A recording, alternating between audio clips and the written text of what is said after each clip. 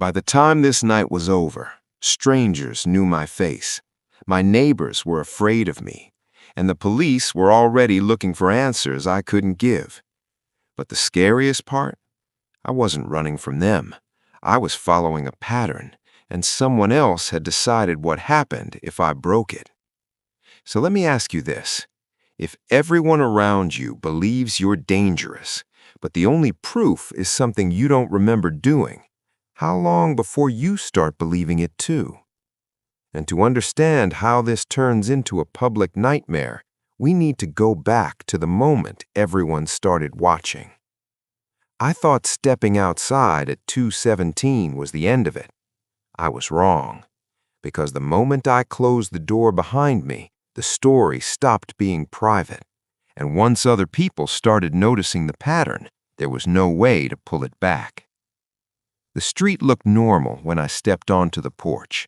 Same houses, same parked cars, same quiet that had fooled me every other night. But it felt different. Not empty, observed. I walked down the driveway slowly, forcing myself not to rush. The air was cold, sharp in my lungs, and for the first time I noticed how alert I felt at this hour. Not tired, not foggy, focused, prepared. Halfway down the block, I saw movement. A curtain shifted, a porch light flicked on, a phone screen glowed behind a window. People were awake, watching. I kept walking, telling myself it didn't matter, that this was just paranoia catching up to me. But then I heard it. Car engine starting. Slow, deliberate. I didn't turn around. I already knew what I'd see. The same dark sedan from before rolled forward with its headlights off, keeping pace behind me. Not close enough to threaten, not far enough to ignore. Escorting me. My phone vibrated. No sound, just the buzz. A notification from a local community app I'd forgotten I had installed. Suspicious activity reported on your street. I opened it as I walked. There was a photo, grainy, zoomed in, taken from across the street. Me. Timestamp visible in the corner. 2:17 a.m. The comments were already piling up. Is this the same guy from last week? He walks past my house, too. Why does he always come at the same time? My throat tightened. This wasn't surveillance anymore. It was confirmation. I turned onto the next block and felt the sedan slow, then stop. I kept walking until I reached the corner and finally allowed myself to glance back. The car hadn't followed. Instead, it had parked, like it didn't need to anymore. That's when my phone rang. Unknown number. I answered before I could think better of it.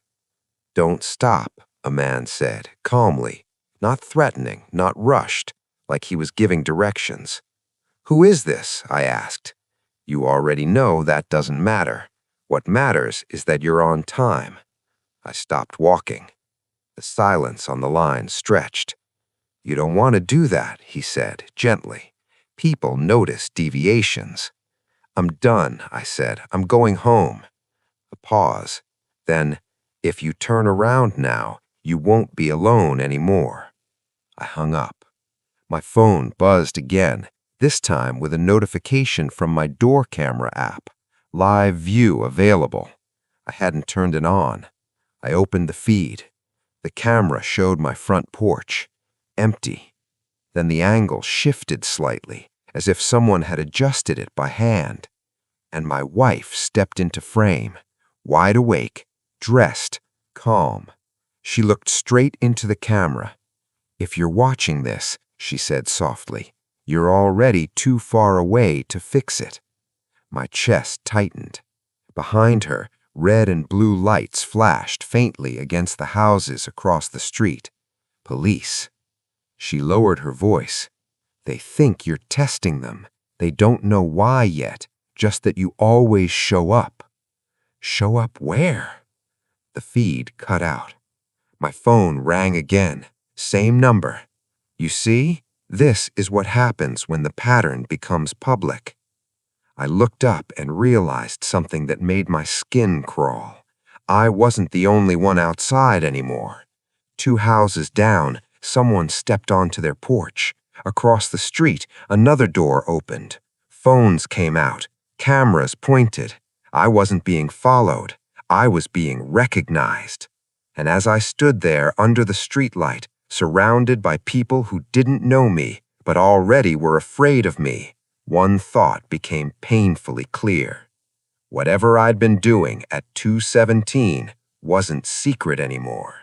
And that meant the next move wouldn't be quiet. They didn't approach me. That was the strangest part. They stayed where they were, on porches, at the ends of driveways, half hidden behind cars, watching like they were waiting for something specific to happen. Like they'd all agreed on the same rule without ever speaking it. Don't interfere. Just observe. I kept walking. Every step felt heavier, like the street itself was resisting me.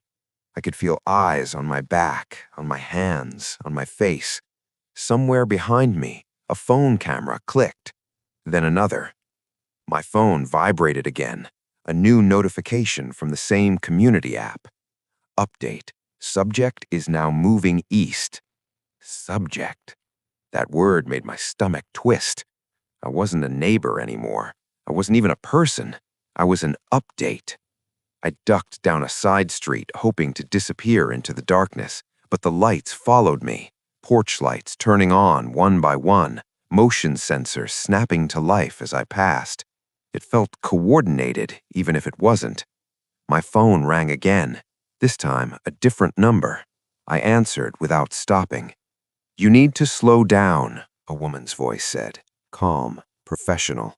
"Who are you?" I asked.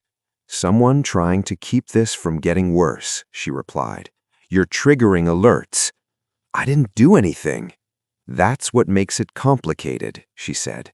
"You're consistent." I stopped walking. "Tell me what I'm supposed to be doing," I said. A pause. "That's the problem," she said quietly. "You already are." Before I could respond, a car pulled up beside me, a police cruiser. It rolled to a stop without sirens, without lights. The window came down slowly. "Sir," the officer said, keeping his hands visible, "we've had some calls." I nodded. "I'm aware." His eyes flicked to my phone, then back to my face. "Mind telling me why you're walking the neighborhood at this hour?" I opened my mouth. Nothing came out, because any answer I gave would sound wrong. "I live here," I said finally. "I know," he replied. "That's why people are confused." He stepped out of the car, but kept his distance. "Can I ask you to come home with me, just so we can calm things down?" Behind him, I saw movement. More people now, closer. I felt something shift in the air, like the moment just before a crowd decides what it believes. My phone buzzed again, a message from the unknown number. "Do not go with them."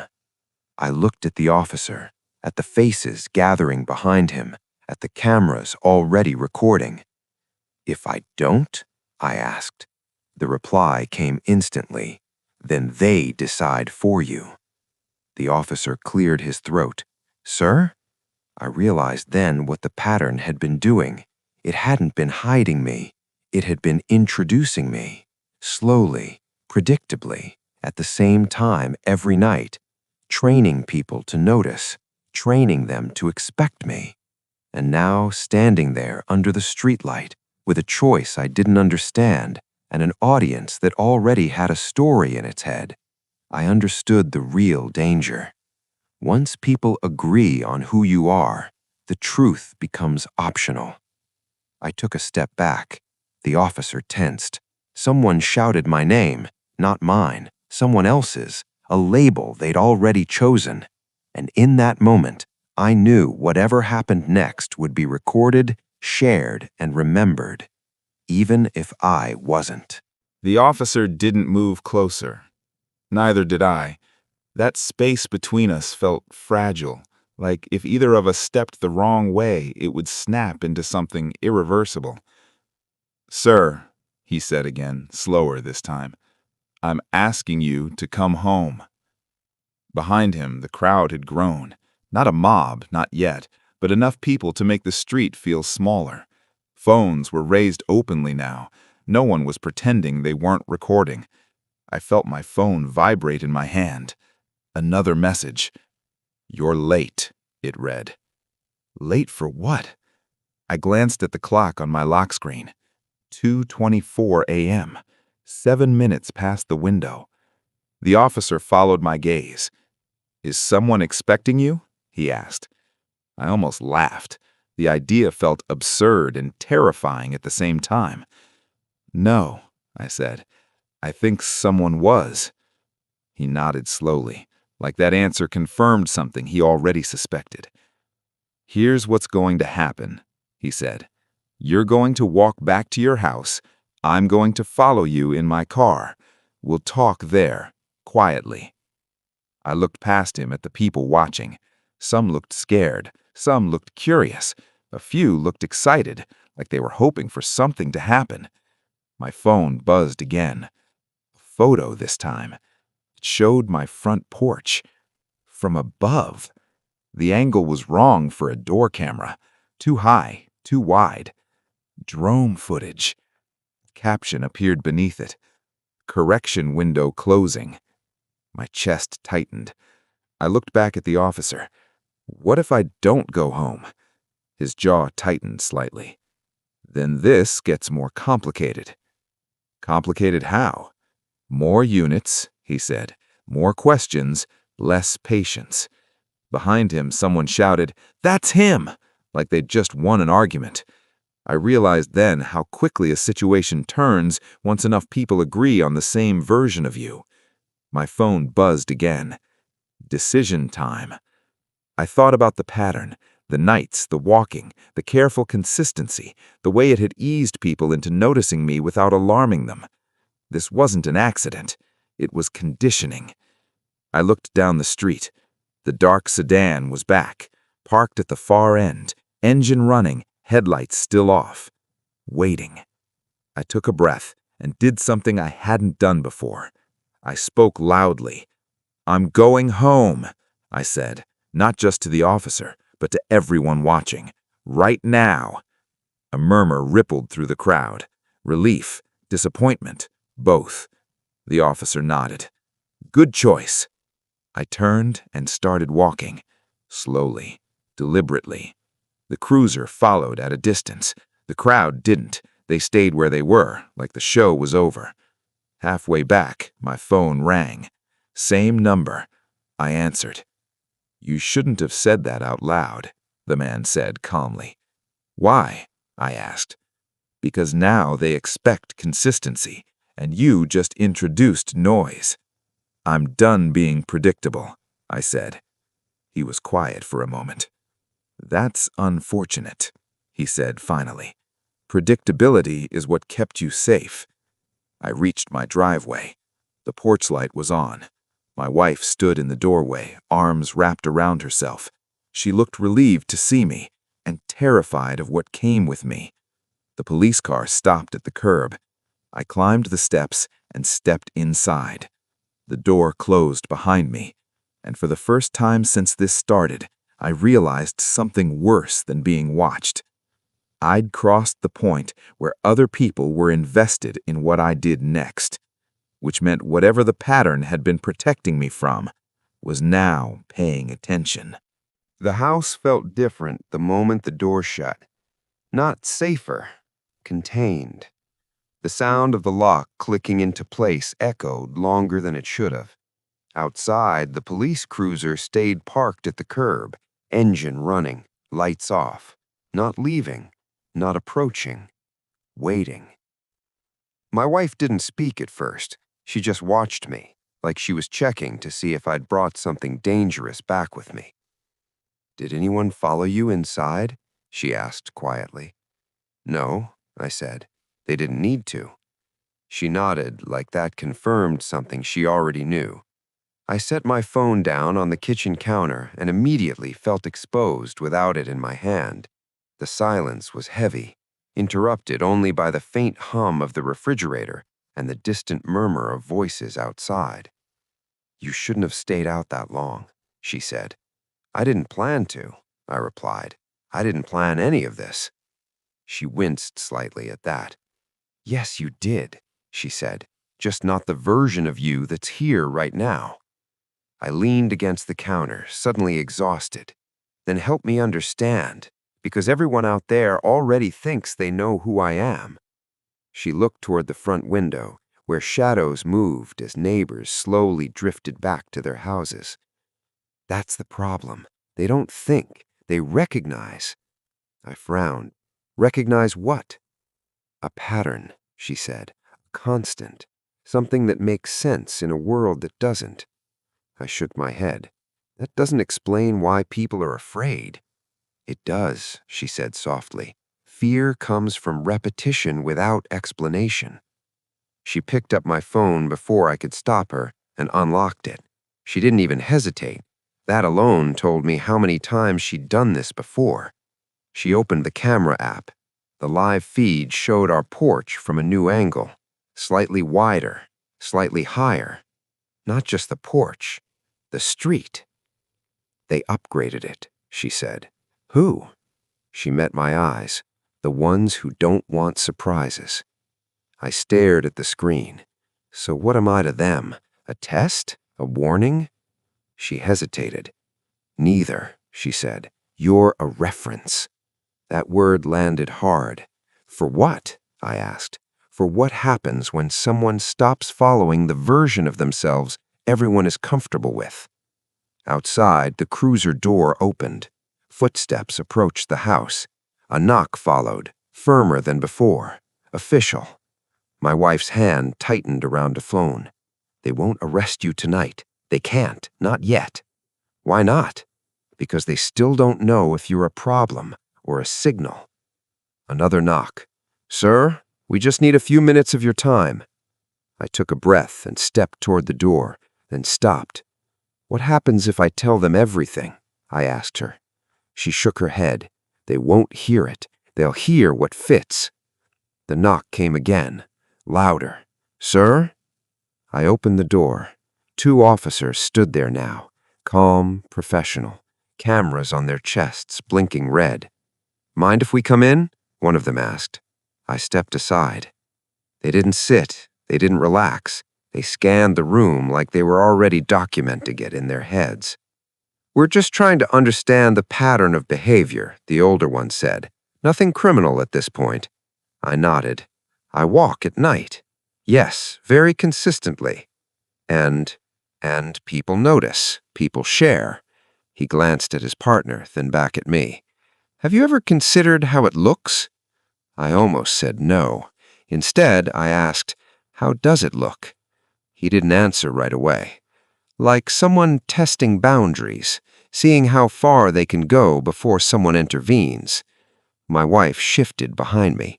"That's not what he's doing," she said quickly. The officer raised an eyebrow. "Then what is he doing?" She opened her mouth, then stopped, because she didn't know which version of me she was supposed to defend. The officers exchanged a look. "We're going to be checking in more frequently." "How frequently?" I asked. He looked at his watch. "Let's start with nightly," he said. They turned and left. The door closed again. Silence returned. Nightly. I felt something cold settle in my chest. The pattern hadn't been broken. It had been adopted. And whatever came next wouldn't be about watching me anymore. It would be about seeing how I reacted when the world decided to walk with me instead. The officers didn't leave right away. They stood on the porch for a moment, talking quietly into their radios, their silhouettes framed by the porch light like they were part of the house now, like they belonged there. I watched through the window until they finally walked back to the cruiser. The engine started, but the car didn't move. My wife exhaled slowly. "That's new." "What is?" I asked. "They usually leave," she said. "At least at first." At first, I repeated. She didn't answer. I checked my phone again. No new messages, no notifications. The silence felt intentional, like something was waiting for me to make the next move. I looked at the clock. 2:31 a.m. Past the window, past the routine, everything after this was unfamiliar territory. "I'm not going out again," I said. "Not tonight, not ever." She studied my face carefully, like she was comparing it to something she'd memorized. "That's what you said the first time," she said gently. I shook my head. "This time is different." She didn't argue. That scared me. We sat in the living room with the lights off, watching the cruiser from the shadows. Every few minutes, a neighbor's phone lit up across the street. Someone stepped outside. Someone else whispered. The night didn't reset the way it used to. It lingered. My phone vibrated. One message. "You made it home." I stared at the screen. "How do you know?" I typed back. The reply came instantly. "Because they didn't." My stomach tightened. "Didn't what?" I typed. 3 dots appeared, then disappeared. Then the phone rang. Same number. I answered. "You crossed a line tonight," the man said calmly. "Not by walking, by stopping. You said predictability kept me safe. I'm choosing not to be predictable." A pause. "That choice has consequences," he said, "for you and for the people around you." "I don't care," I said. "I'm done." He sighed, almost disappointed. "Then let me ask you something," he said. "Do you remember why you started walking in the first place?" I opened my mouth to answer. Nothing came out. Because I didn't. "Not really." "Exactly," he said, "and neither do they." "Who?" I asked. "The people watching you now. The ones who feel safer when things repeat. The ones who get nervous when patterns break." Outside, the cruiser door opened again. This time, both officers stepped out, and another car pulled up behind them. Then another. No lights, no sirens, just presence. My wife stood up slowly. "They're escalating." "For what?" I asked. She met my eyes. "For certainty." My phone buzzed again. A new notification from the community app. "Update. Subject is no longer moving." Comments flooded in underneath. "Why did he stop? Is he waiting for something? Someone should check on him." I felt my chest tighten. This wasn't about what I was doing anymore. It was about what people expected me to do next. The man on the phone spoke again. "You can fix this," he said. "All you have to do is restore the pattern." "And if I don't?" Another pause. "Then they'll create a new one, with or without you." The call ended. Outside, an officer knocked again, harder this time. "Sir, we need you to step outside." I looked at my wife.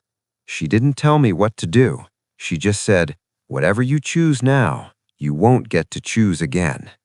I took a breath. I thought about the walking, the timing, the watching, and I realized the truth I'd been avoiding since the beginning. This was never about where I went at 2:17 a.m. It was about what happened when people decided they needed me to keep going. I stepped toward the door, and before I reached it, my phone buzzed one last time. A final message. "Welcome to the part where everyone's involved."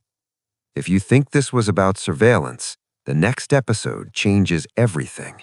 Because in episode 4, I finally remember what the walking was protecting and why stopping was never an option.